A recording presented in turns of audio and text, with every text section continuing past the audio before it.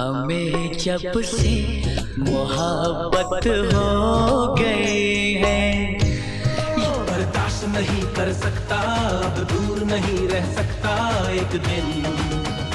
जब से तुम्हें मैंने देखा सनम, मेरी आंखों में तुम। एक लंबा गैप लेने के बाद बॉलीवुड स्टार अक्षय खन्ना ने एक बार फिर बी टाउन में तहलका मचा दिया। एक और जगह है जहां मैं रहता हूं, वो है आपकी बीवी का दिल। मिस्टर राज सिंघानिया, एक पति के लिए इससे बड़ी शर्म की बात नहीं हो सकती कि उसकी बीवी शादी के बाद भी उसे नहीं अपनी आशिक को चाहती है। 50 साल की उम्र में इनका ऐसा कमबैक हुआ जिससे हर कोई हैरान हो गया। सच्चे प्यार को दौलत के तराजू में मत तोलो राधेश्याम तिवारी। अरे चुप कर भिखारी। पुलिस तो क्या सारी मिलिट्री दो प्यार करने वालों को जुदा नहीं कर सकती, समझे?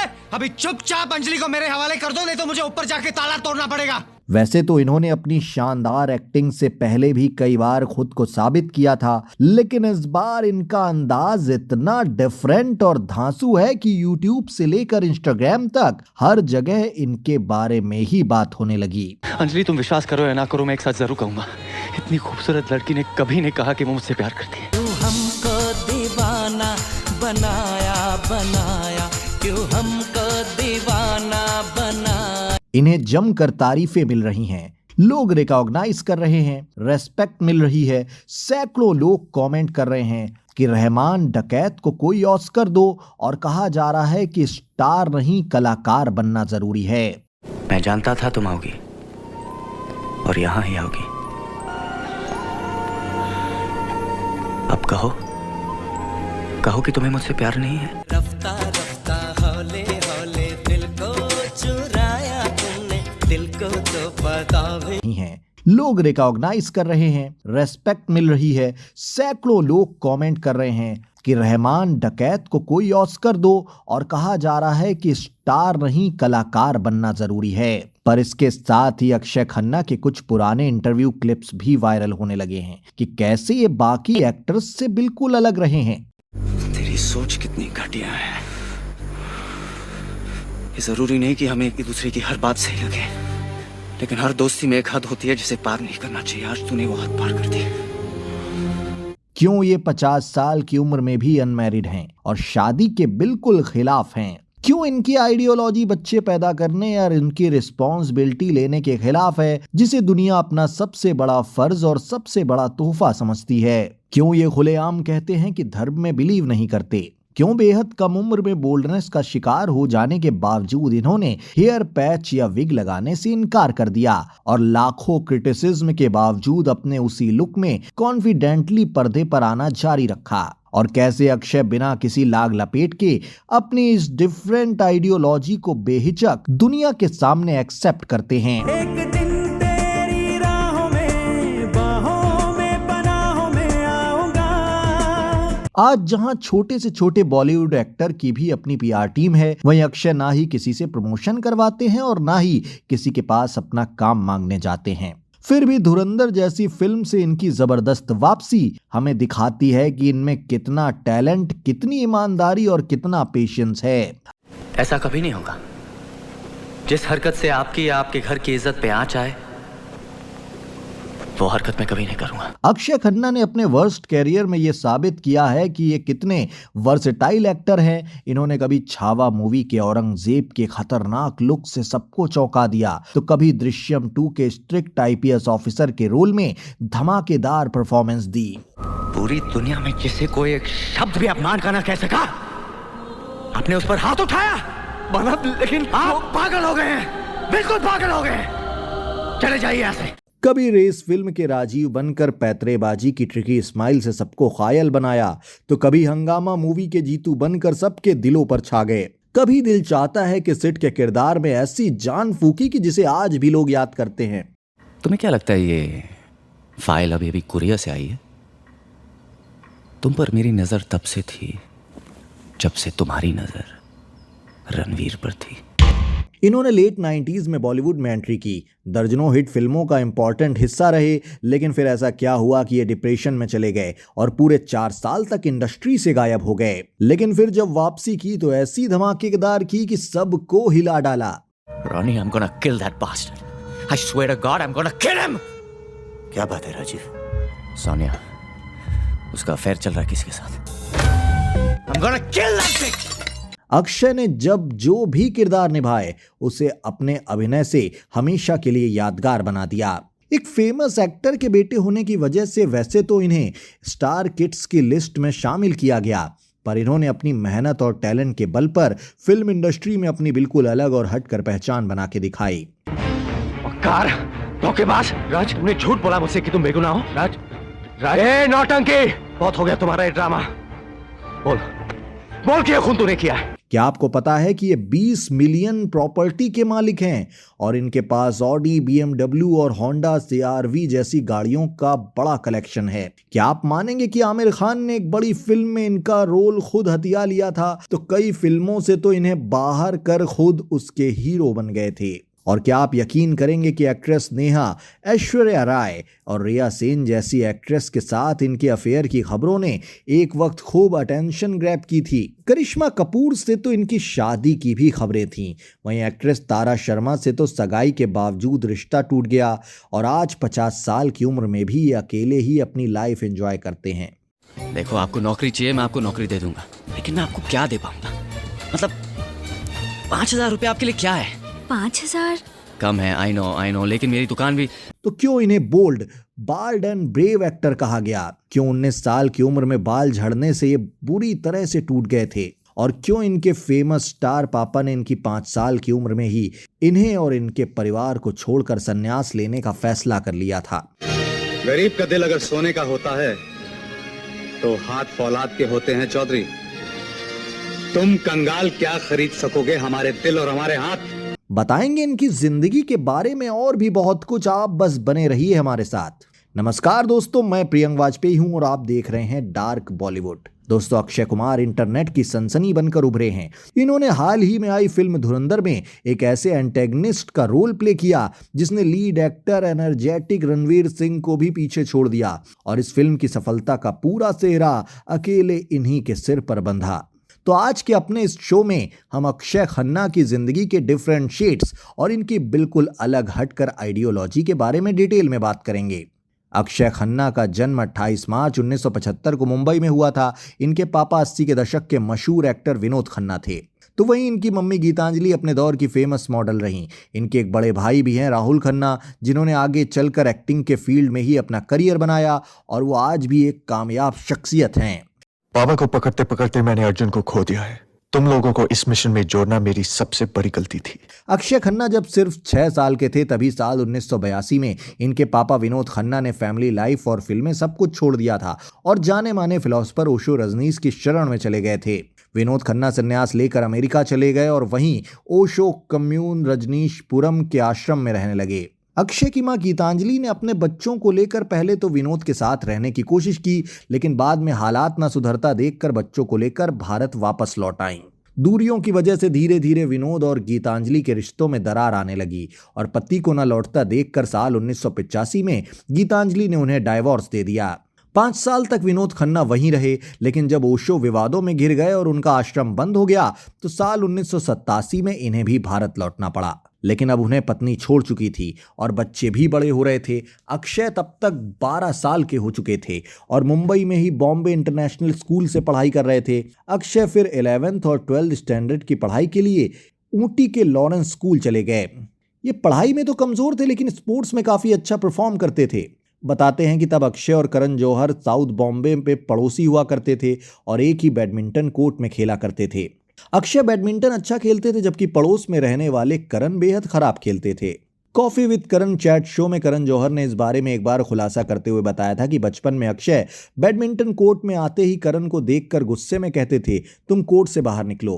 करण बचपन में सीधे साधे थे तो वो बिना आपत्ति जताए बाहर निकल जाते थे और शायद यही वजह रही कि आगे चलकर करण जौहर ने भी कभी इन्हें अपनी फिल्म में कास्ट नहीं किया। बताया जाता है कि 17 साल की उम्र में अक्षय खन्ना ने एक बार सिर्फ इसलिए कॉलेज का एग्जाम नहीं दिया क्योंकि ये जानते थे कि ये फेल हो जाएंगे। इन्हें लगने लगा था कि ऐसे में बस एक्टिंग ही कर सकते हैं वो और शायद कुछ और नहीं। लेकिन ये महीनों तक अपने घर में सच्चाई नहीं बता पाए कि इन्हें पढ़ाई छोड़नी है। हालांकि आखिरकार हिम्मत करके एक दिन इन्होंने अपने पेरेंट्स को सच बता दिया और इससे दोनों बेहद नाराज भी हुए। इस समय तक विनोद खन्ना दूसरी शादी कर चुके थे, लेकिन फिर भी अपने बच्चों से मिलने आया करते थे और बच्चों के मन से भी अब पिता के लिए कड़वाहटें कम होने लगी थी। इसके बाद विनोद खन्ना ने तय किया कि अक्षय अब फिल्मों में करियर बनाएंगे और वो बेटे का करियर शुरू करने के लिए फिल्म में पैसे भी लगाएंगे। इसके बाद अक्षय ने मुंबई के किशोर नमित कपूर एक्टिंग इंस्टीट्यूट से एक्टिंग का कोर्स किया और फिर साल 1997 में हिमालय पुत्र नाम की फिल्म से अपना एक्टिंग डेब्यू किया।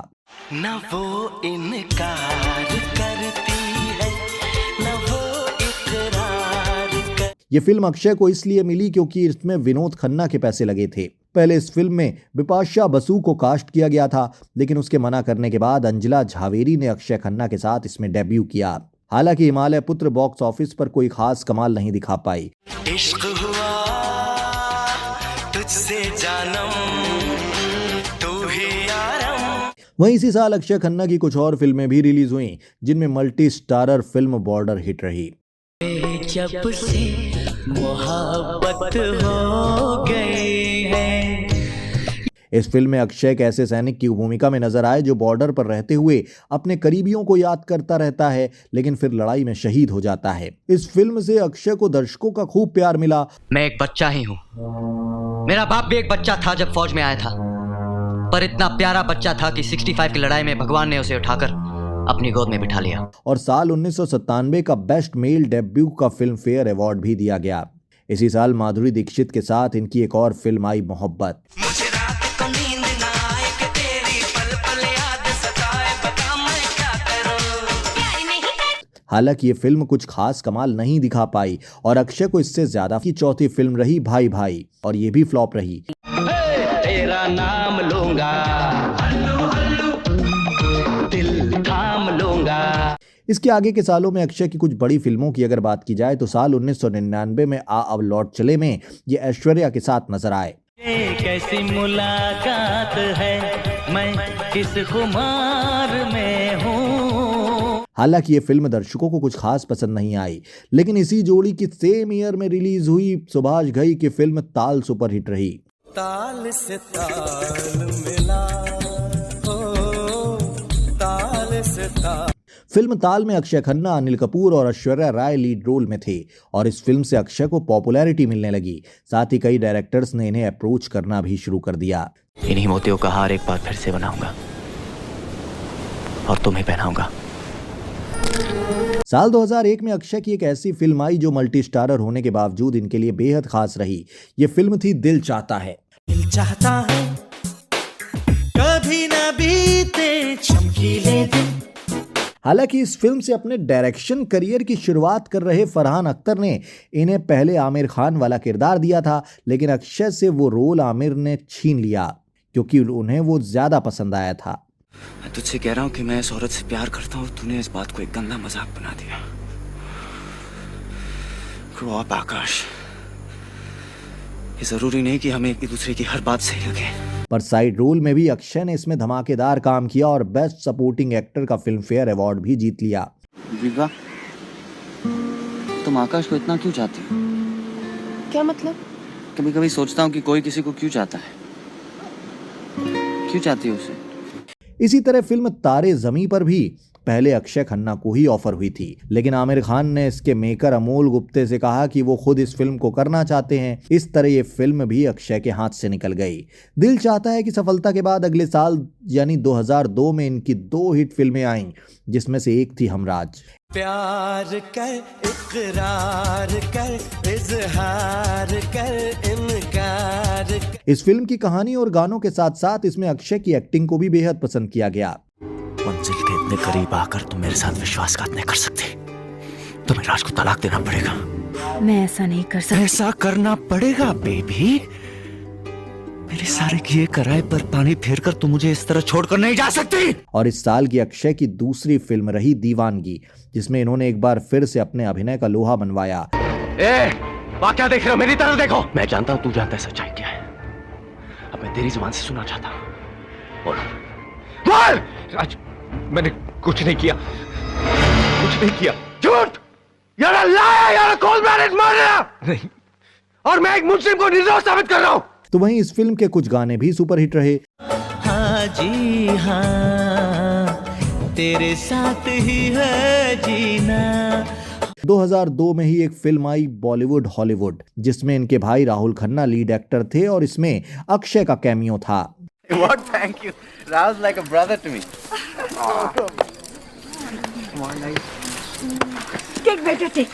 Oh, thank you. Cheers. Cheers, cheers. साल 2003 में इनकी 3 फिल्में आई, जिनमें से एक फिल्म हिट रही जो थी हंगामा। परी परी है एक परी, आसमां से आ गिरी सामने। इसमें अक्षय ने कॉमेडी की और इनके इस अंदाज को भी दर्शकों का खूब प्यार मिला। शराफत से मांगा तो दिया नहीं, बोला डाका डालो। अब बाप की बात है, बेटा कैसे ठाल सकता है पापा? हाँ? और वैसे भी सारा पैसा काला ही था। आने दो पुलिस को, मैं सब कुछ बता दूंगा, फिर हम दोनों साथ साथ जेल जाएं। तो वही नेक्स्ट ईयर अक्षय की फिल्म दीवार तो फ्लॉप रही, लेकिन इस साल हलचल ने खूब सुर्खियां बटोरी।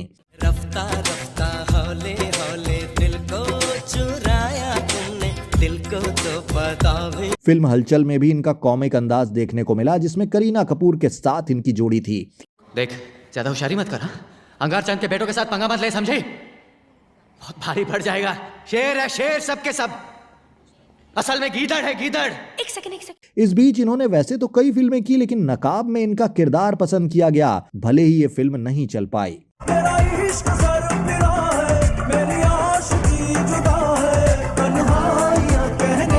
तो वहीं साल 2007 की फिल्म गांधी माय फादर ने इंटरनेशनल फेम हासिल किया, जो कि एक बायोपिक थी। ये सब महात्मा गांधी जिंदाबाद, आपकी ये जय जयकार सिर्फ मेरी बा की वजह से है।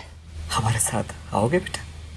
नहीं। अक्षय खन्ना को साल 2007 में ऑस्ट्रेलियन इंडियन फिल्म फेस्टिवल की तरफ से इस फिल्म के लिए सर्वश्रेष्ठ प्रदर्शन पुरस्कार से नवाजा गया। इसके बाद साल 2008 में Akshaye Khanna multi starrer film Race में नजर आए। हालांकि इनका रोल काफी प्रभावशाली रहा। एक लड़की है जिसे रणवीर के पास पहुंचाना है।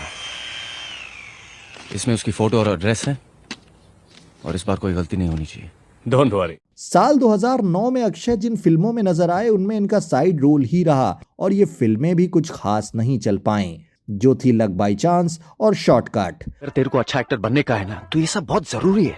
वर्ल्ड सिनेमा देखो, इंडियन सिनेमा देखो, वर्ल्ड लिटरेचर, महान पुरुषों की जीवन चरित्र का अभ्यास करो। आक्रोश, नो प्रॉब्लम और 30 मार खां। अक्षय की ये फिल्में साल 2010 में रिलीज हुई, लेकिन कोई खास बिजनेस नहीं किया। तो then say something, get that in. Bunty जी, अगर तूने दोबारा डायरेक्टर साहब चिल्लाया तो चड्डी उतार दूंगा तेरी।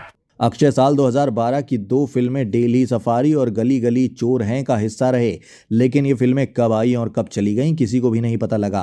महबूबी महबूबी है, झील सी इन दो आंखों में मेरी सारी दुनिया। साल 2012 आते आते अक्षय को लीड हीरो वाली फिल्में मिलनी कम हो गई थी, और जो फिल्में मिल रही थी उनमें अक्षय को अपना किरदार अच्छा नहीं मिल रहा था। इसके बाद इन्होंने एक टफ फैसला किया और कुछ वक्त के लिए फिल्मों से दूरी बना ली। कुछ जानकार दावा करते हैं कि इस दौरान इनकी बोल्डनेस की वजह से भी इन्हें फिल्में मिलनी कम हो गई थी, जिससे ये बेहद निराश हुए। बताते हैं कि इन सालों में अक्षय ने अपना समय कई तरह के क्रिएटिव कामों में लगाया। ये खाली समय में शतरंज और स्क्वैश खेलते थे, स्विमिंग और जिमिंग के लिए भी जाते थे, और बागवानी करके कई तरह के फ्रूट्स और वेजिटेबल्स भी उगाते। इस दौरान इन्होंने अपनी चॉइस की कई बुक्स पढ़ी और इंटरनेशनल फेम की मूवीज भी देखी। इस तरह साल 2012 से 2015 तक अक्षय खन्ना इंडस्ट्री से दूर रहे और खुद को हर तरह से मजबूत करने पर फोकस किया।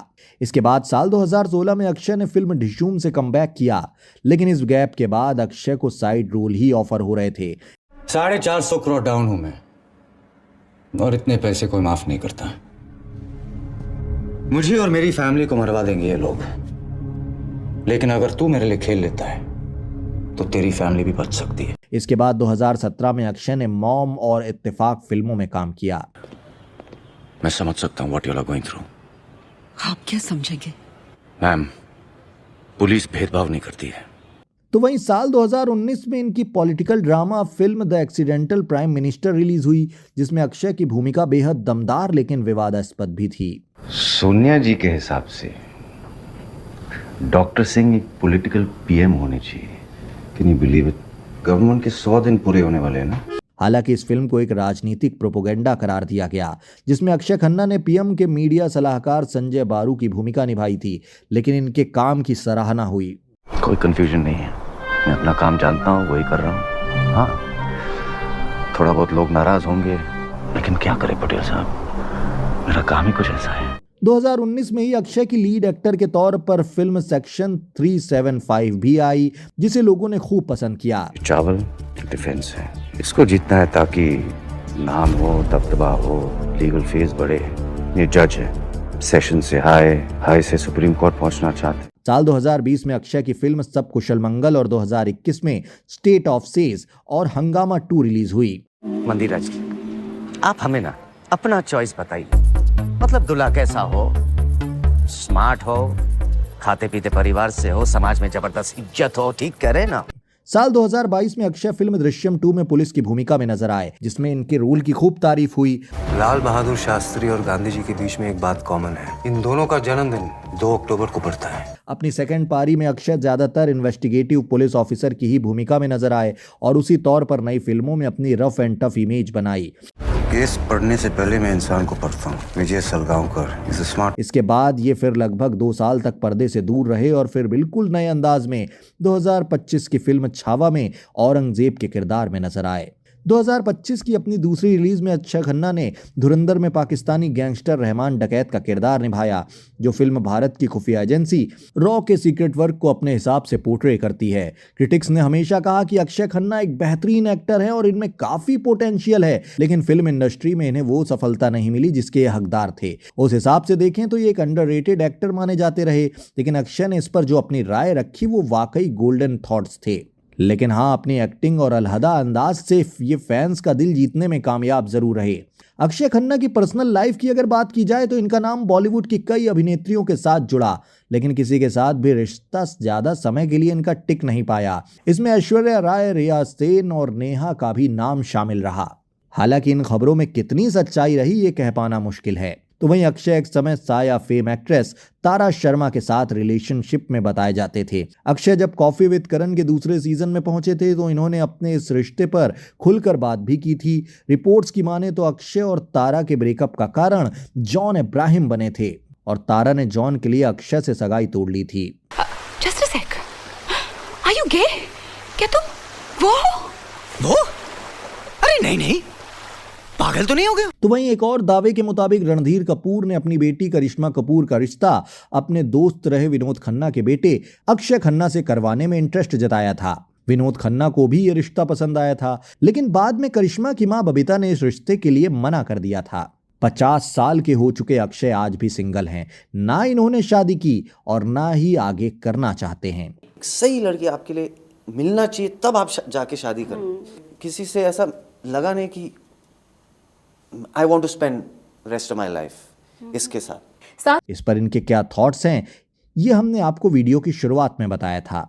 दोस्तों, साल 2017 में अक्षय के पापा विनोद खन्ना का निधन हो गया, तो वहीं 2018 में इनकी मां गीतांजलि भी चल बसी। इनके भाई से इनके अच्छे रिश्ते हैं और दोनों ने इंडस्ट्री में एक अच्छा मुकाम हासिल किया है। खासकर अक्षय खन्ना ने अपने पिता की लेगेसी को शानदार तरीके से आगे बढ़ाया है। खैर, इनसे जुड़े कुछ और इम्पोर्टेंट फैक्ट्स की बात करें तो एक इंटरव्यू में अक्षय ने बताया था कि एक एक्टर के लिए उसका लुक सबसे ज्यादा मायने रखता है, लेकिन बाल झड़ने के बावजूद अक्षय ने कभी दूसरे एक्टर्स की तरह विग और पैच लगाने के बारे में नहीं सोचा और फिर इस बाल्ड लुक को ही अपना आइकॉनिक लुक बना डाला। अक्षय की अगर नेटवर्थ की बात की जाए तो कुछ मीडिया रिपोर्ट्स के मुताबिक ये 20 मिलियन यानी 148 करोड़ रुपए की संपत्ति के मालिक हैं। इनका मुंबई में एक शानदार फ्लैट भी है जिसमें ये रहते हैं। इतना ही नहीं, अक्षय के नाम पर पुणे और दिल्ली जैसे शहरों में भी अच्छी खासी प्रॉपर्टी है। अक्षय को कारों का भी शौक है और इनके पास ऑडी, BMW और होंडा CR-V समेत कई इंपोर्टेड गाड़ियां मौजूद हैं। अक्षय एक सुकून भरी लग्जूरियस जिंदगी जीते हैं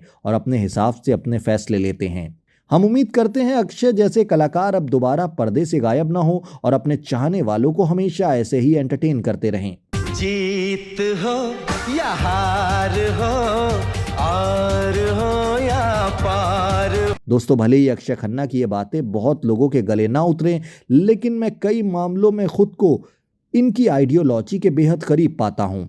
जैसे मुझे भी अकेलेपन से कभी बोरियत नहीं होती, बल्कि मैं इसे एंजॉय करता हूँ। शादी, बच्चे, घिसी पिटी रूटीन लाइफ को के पीछे भागना मुझे भी बिल्कुल अट्रैक्ट नहीं करता। कि शादी ना ही एक कॉन्ट्रैक्ट है, ना ही कोई उत्सव है। अगर उत्सव है तो लोगों के लिए है। शादी दो आत्माओं, दो दिलों का मेल है, जिसमें दो जन भरपूर जिंदगी साथ साथ जीते हैं और साथ साथ मरते हैं। बहरहाल, आप इस बारे में क्या सोचते हैं? कमेंट करके अपनी कीमती राय हम तक जरूर पहुंचाएं।